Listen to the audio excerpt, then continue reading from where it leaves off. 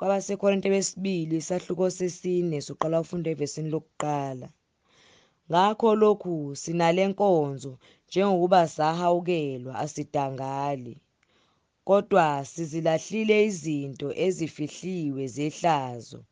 Asihambi ngobuqili, asiliphambanisi izwi likaNkulunkulu, kepha ngokuveza obala iqiniso sizincoma kunembeza wabantu bonke phambi kukaNkulunkulu.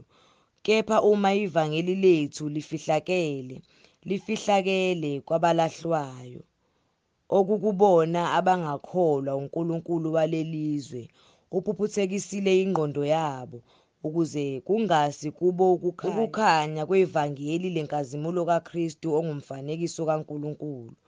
Ngokuba asizishumayeli thina, kodwa sishumayela uKristu Jesu eyinkosi, nokuthi siyizikhonzi zenu ngenxa kaJesu.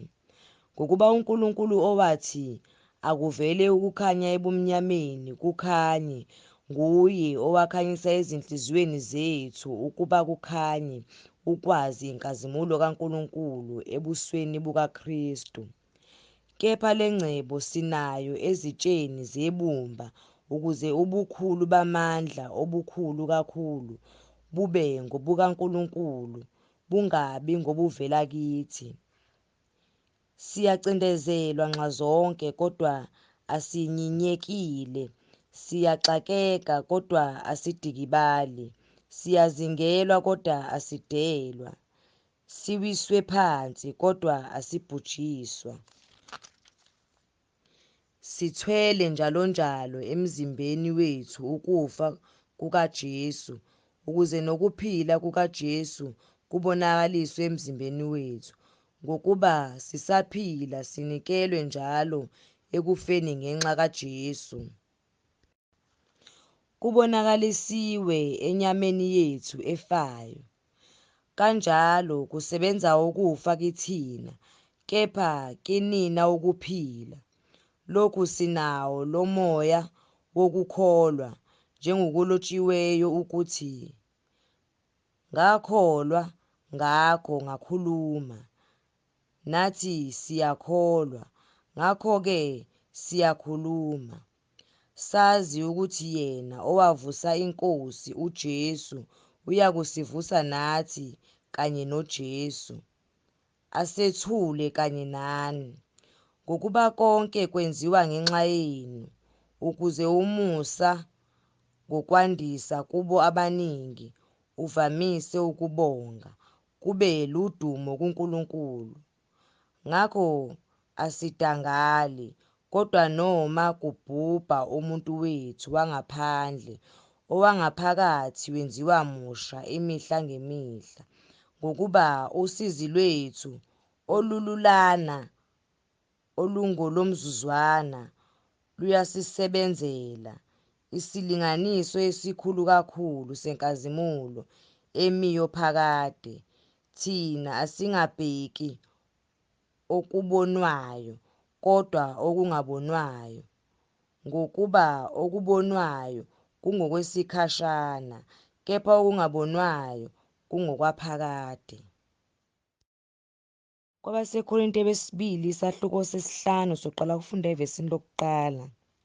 Ngokuba siyazi ukuthi uma indlu yethu yasemhlabeni eyidokodo idilizwa, sinesakhiwo esivela kuNkulunkulu, indlu engenziwanga ngezandla, eyaphakade esezulwini. Ngenxa yalokho siyabubula, silangazelela ukwelakanyiswa ngendlu yethu yasezulwini. Ngokuba sembethe yona, asiyikufunyanwa sihambaze, ngokuba thina esisekhona kuleli dokodo sibubula, sisindwa, ngokuba asithandi ukwambulwa kodwa ukwelakanyiswa, ukuze okufayo kugingwe ngukuphila. Kepha owasenzela khona lokho nguNkulunkulu, owasipha isibambiso esingumoya.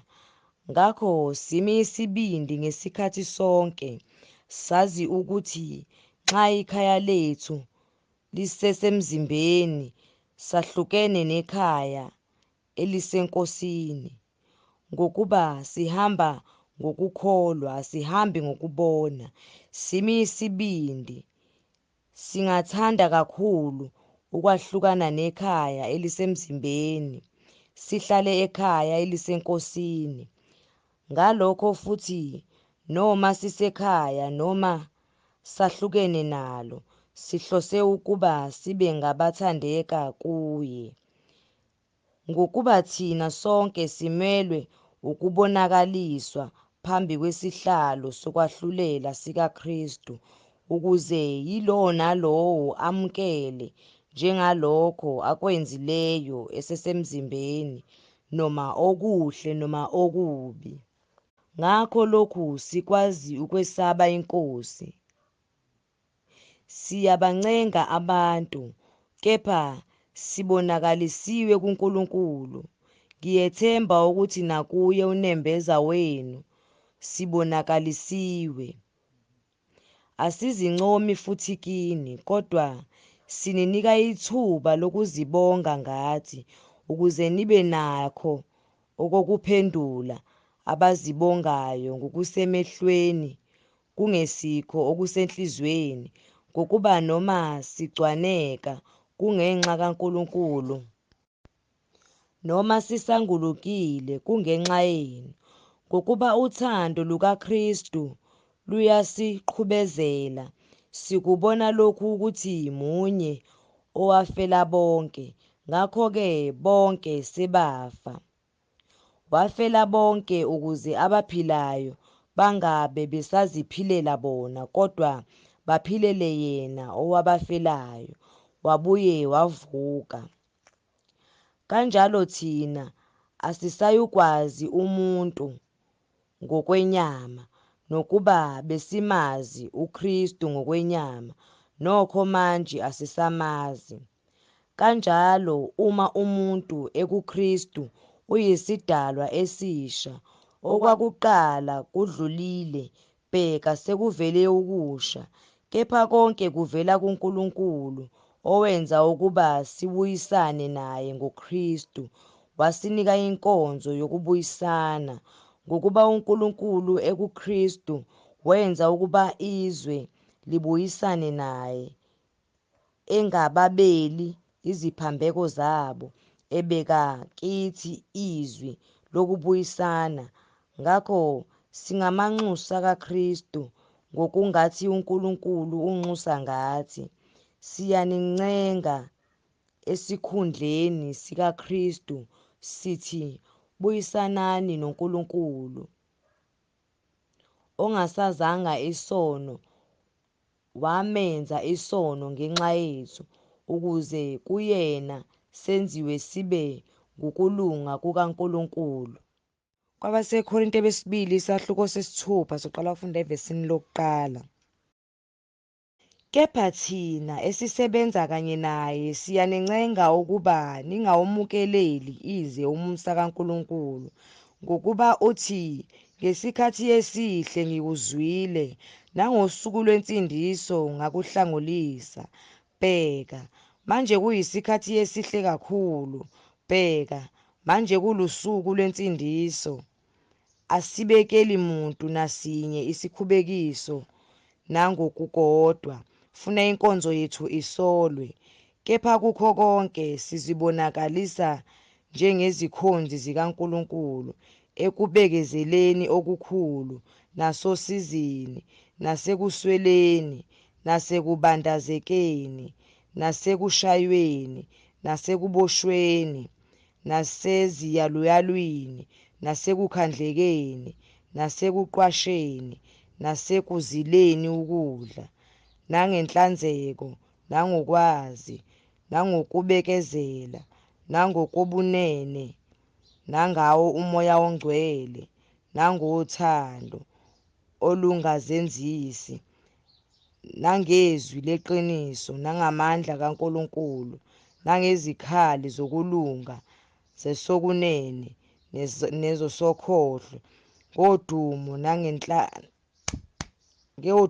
nangehlazo, ngokuhletshwa nangokutuswa njengabakhohlisi kanti singabeqiniso, njengabangaziyo kanti saziwa kakhulu, njengabafayo kanti bheka siyaphila, njengabalaywayo kanti asibulawa, njengabadabukileyo kepha siyathokoza njalo, njengabampofu kepha sicebisa abaningi, njengabangenalutho kanti sinakho konke. Umlomo wethu uvuleke engakini nina baseKorinte, inhliziyo yethu yanulekile. Aninyinyekile kithi, kodwa ninyinyekile enhliziyweni yenu, kepha ukuze kube khona ukwenanana. Ngikhuluma njengakubantwana. Yanulekani nani, maningaboshelwa ejokeni linye nabangakholwayo, ngokuba kunakuhlanganyela kuni ukulunga nokungalungi na? Kunabudlelwane buni ukukhanya nobumnyama na? Unakuzwana kuni uKristu noBeliyali na? Unasabelo sini okholwayo nongakholwayo na? Linakuvumelana kuni ithempeli likaNkulunkulu nezithombe na? Ngokuba thina siyithempeli likaNkulunkulu ophilayo, njengokuba washo uNkulunkulu ukuthi, ngiyakuhlala phakathi kwabo, ngihambe phakathi kwabo, ngiyakuba nguNkulunkulu wabo, bona babe ngabantu bami. Ngakho-ke phumani phakathi kwabo, nahlukane nabo, isho iNkosi. Ningathinti okungcolileyo, khona ngiyakunamukela, ngibe nguyihlo kini, nina nibe ngamadodana namadodakazi kimi, isho iNkosi uSomandla.